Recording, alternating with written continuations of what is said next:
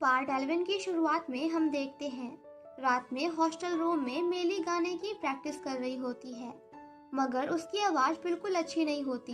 लियांगशिया उसे गाने से मना करती है और कहती है हमें सोना है। मेली शांत हो जाती है। तभी शाओनिंग रूम में आती है। लियांगशिया उसे बताती है मेली आज हमें अपने बेसुरे गाने की वजह से सोने नहीं देगी। मेली कहती है हम डेब्यू करने वाले हैं, इसीलिए मैं इतनी प्रैक्टिस कर रही हूँ। मेली शाओनिंग से पूछती है क्या तुम्हारी मॉम ने संडे जाने के लिए परमिशन दे दी? शाओनिंग कहती है हाँ। वो सभी बहुत खुश होते हैं। मेली कहती है मैंने हमारे ग्रुप को एक नाम दिया है, SBS ग्रुप, सम्मा ब्यूटी शाइनिंग। वो सभी बहुत खुश होते हैं। शाओनिंग कहती है मैं पूरे दिन परेशान थी, मगर मॉम ने परमिशन दे दी, तो अब मैं बहुत खुश हूँ।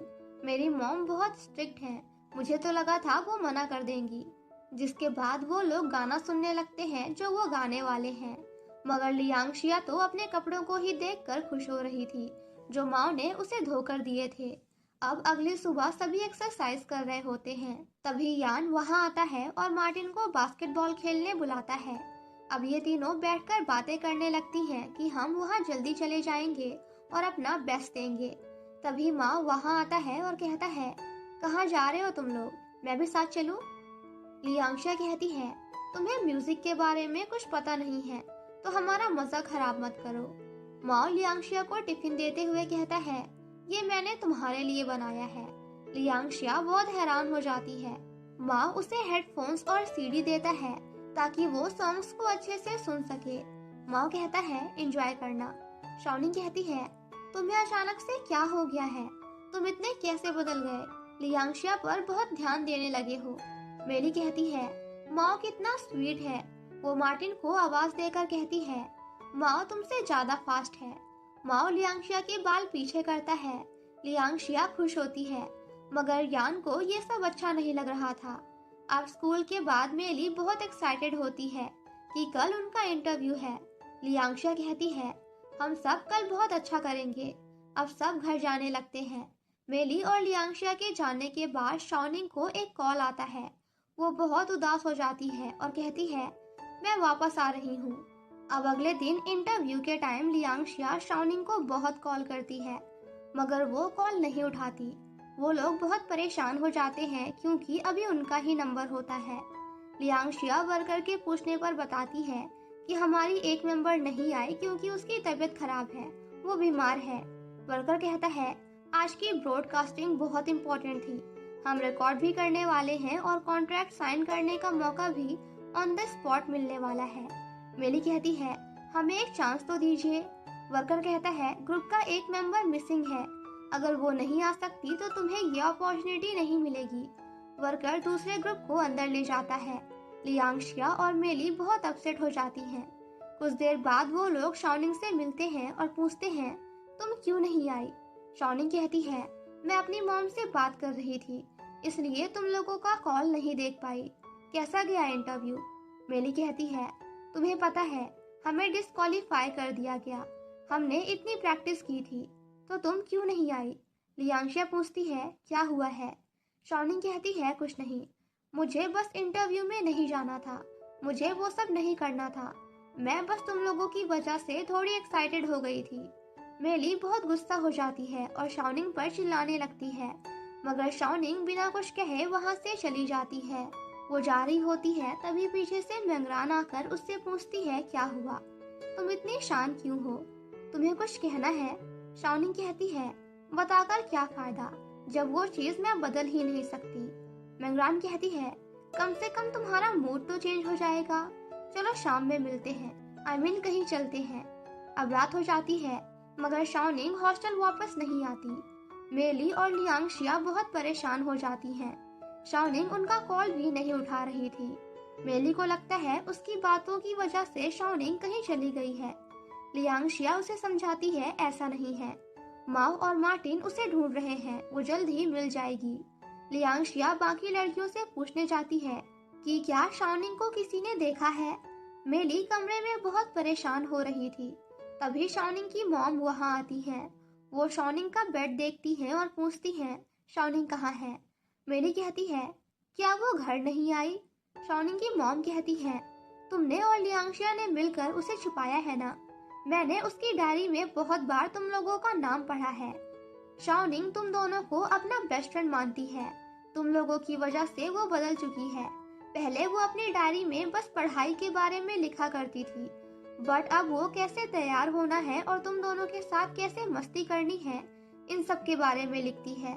तभी लियांगशिया आने लगती है। मेली उसे इशारा करती है कि अंदर मत आओ।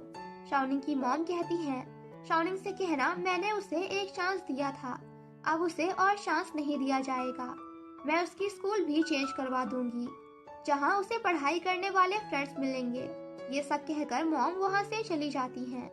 तभी लियांगशिया अंदर आती है। मेली बहुत डर जाती है और कहती है, शाओनिंग की मॉम बहुत डेंजरस है।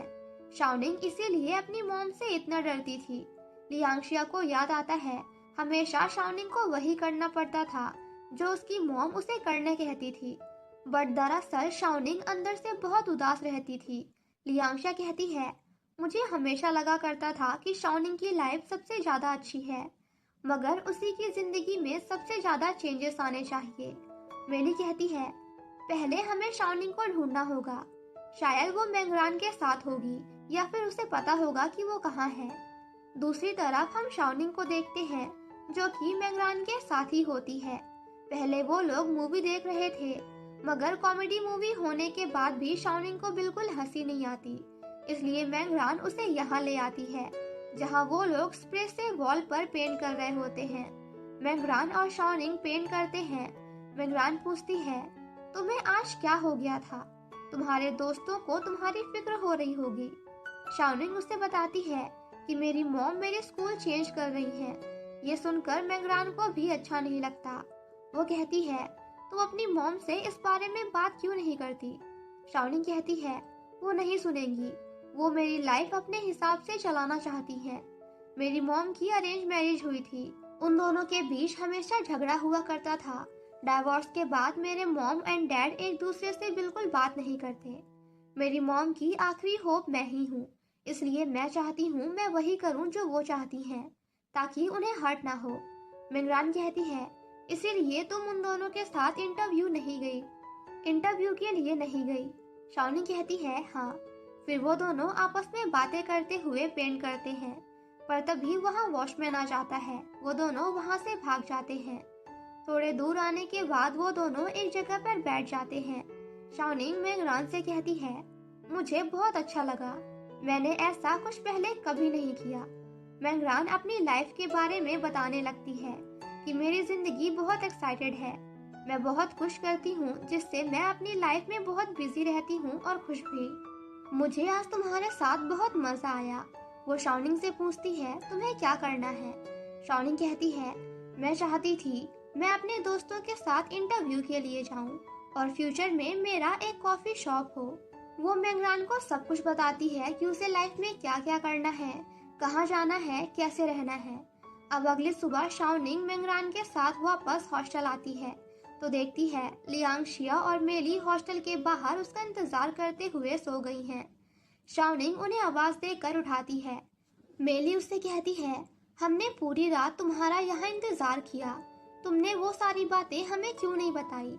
हमने तुम्हें गलत समझ लिया था, मगर हम गलत थे, तुम नहीं, तुम तो मजबूर थी। शाओनिंग भी उन दोनों से माफी मांगती है कि मेरी वजह से तुम दोनों का चांस भी चला गया। मेली कहती है, कोई बात नहीं, तुम हमारे लिए ज्यादा इम्पोर्टेंट हो।